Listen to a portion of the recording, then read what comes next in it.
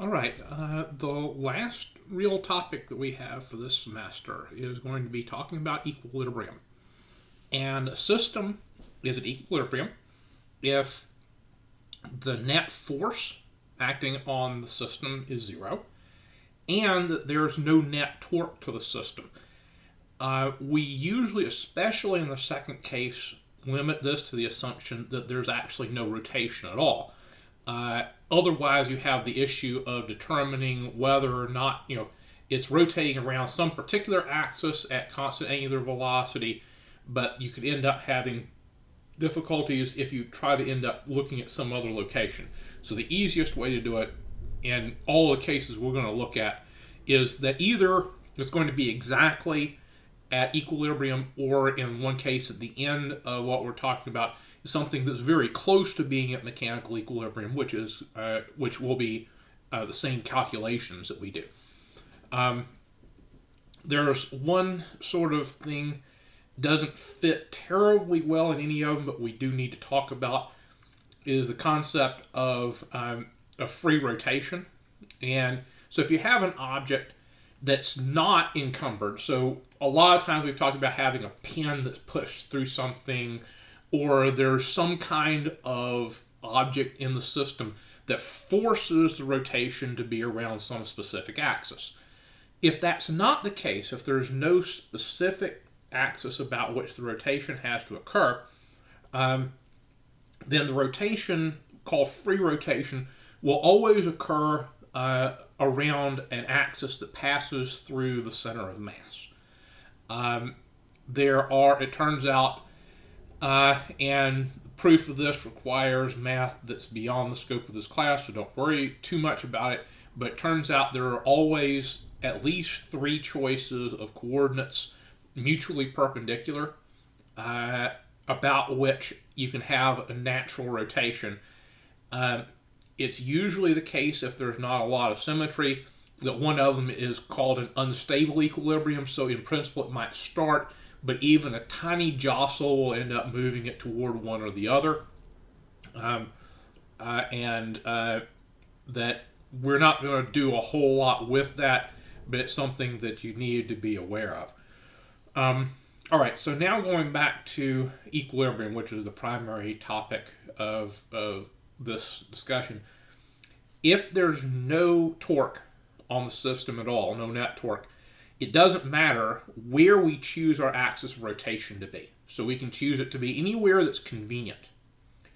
And our convenient choice for an axis of rotation in solving problems is usually a location about which I know the least about forces acting at that point.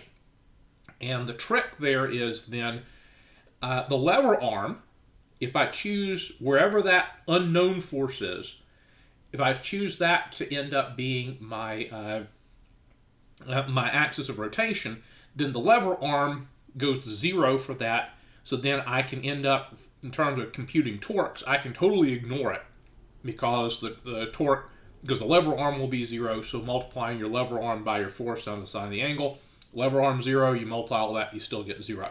So you can totally ignore the torques through there, which is a really useful thing in terms of doing computations, which we're going to see in the example we're going to have coming up a little bit later. So, all right. Then our example, and some of these tend to be kind of long problems. There's one that we'll see at the end that's not so much, but these tend to be longer problems than some of them we've seen before. So an example of this, suppose you have a thin rod of a length 4.5 meters. It's welded to a vertical wall. The thin rod of 4.5 meters has a mass of 32 kilograms. We hang a 10 kilogram mass down at a distance of 1.3 meters from the wall. And we further have a guy wire that's attached 4 meters from the end and is attached to the vertical wall.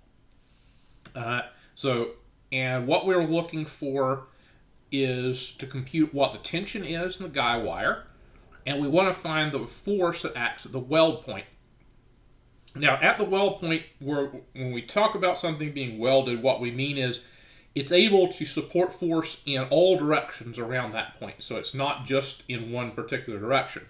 So that can be useful in terms of putting something together so it doesn't come apart. The downside of it is, in terms of computing forces, is we also don't know what direction the force will be.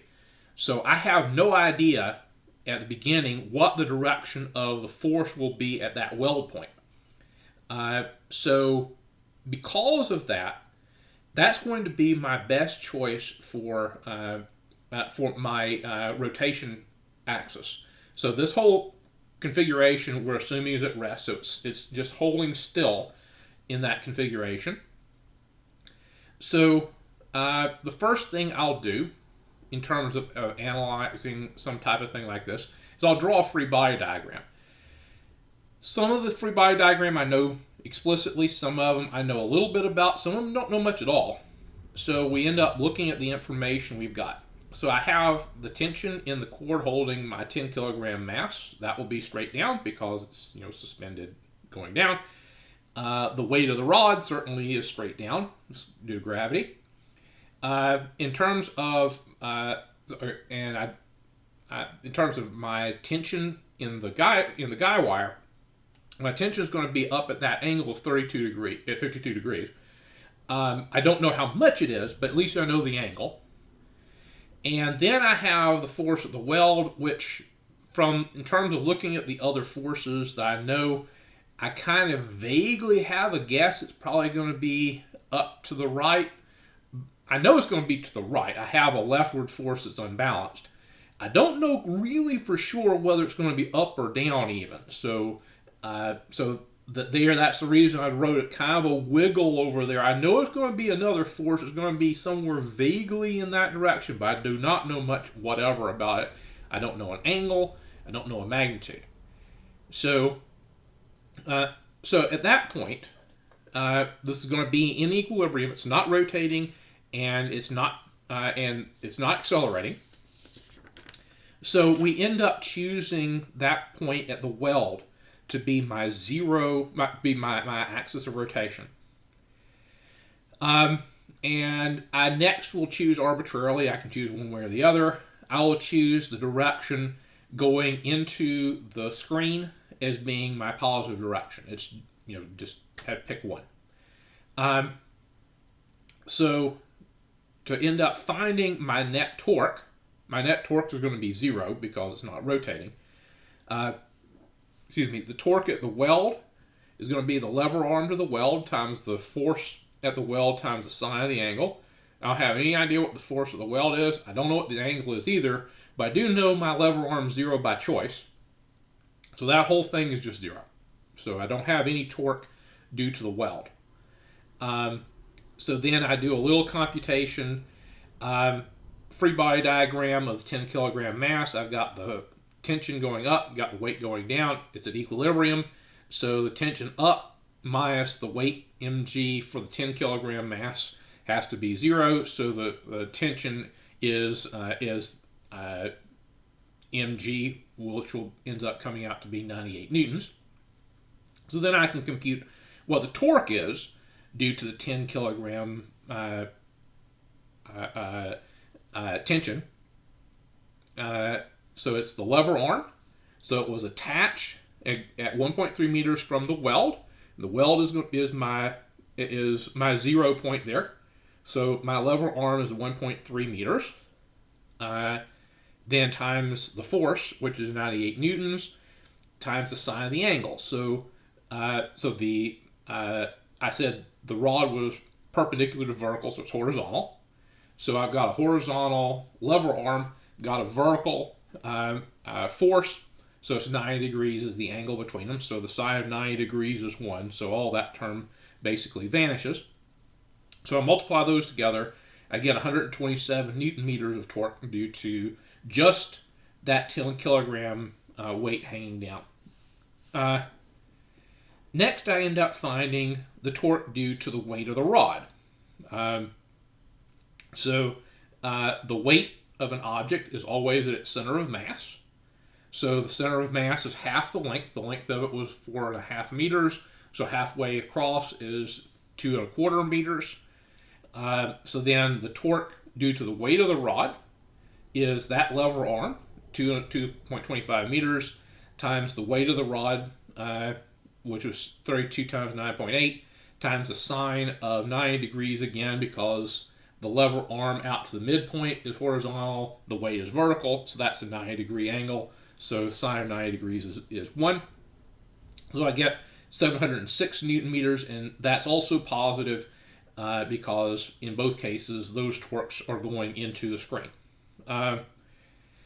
So finally then, the torque from the guy wire, the fourth force, is the lever arm for the guy wire. So it's attached 4 meters away from the rod, so it's 4 meters is my lever arm.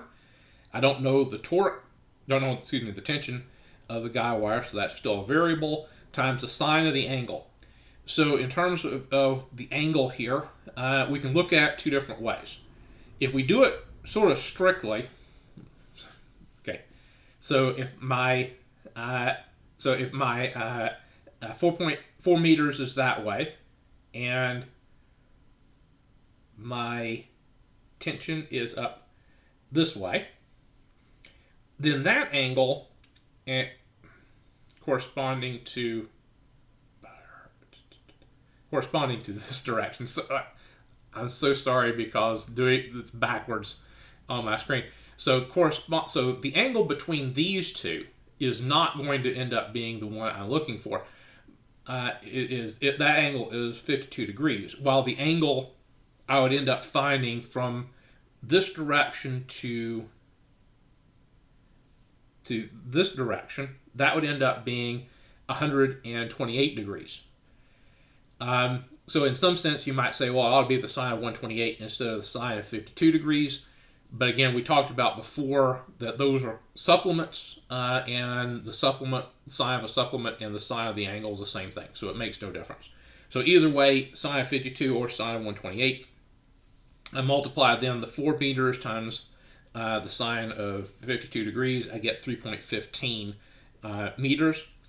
And the direction of that one is going out of the screen, so it's got a negative sign. All right. So then we end up noticing now Newton's second law of rotation. Sum of the torques is equal to my moment of inertia of whatever it is. It doesn't matter because the angular acceleration is 0. So multiply by 0. So whatever I times 0 is 0. So I add up all my torques. So now I've got 0 from the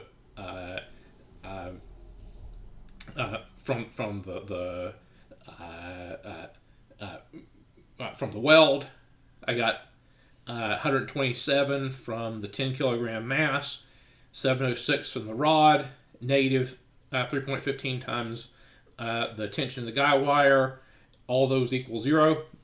So you do the math and you end up coming up with the tension in the guy wire is 264 newtons. And that is the first part of answering this problem. And we're going to do the second part in the next video.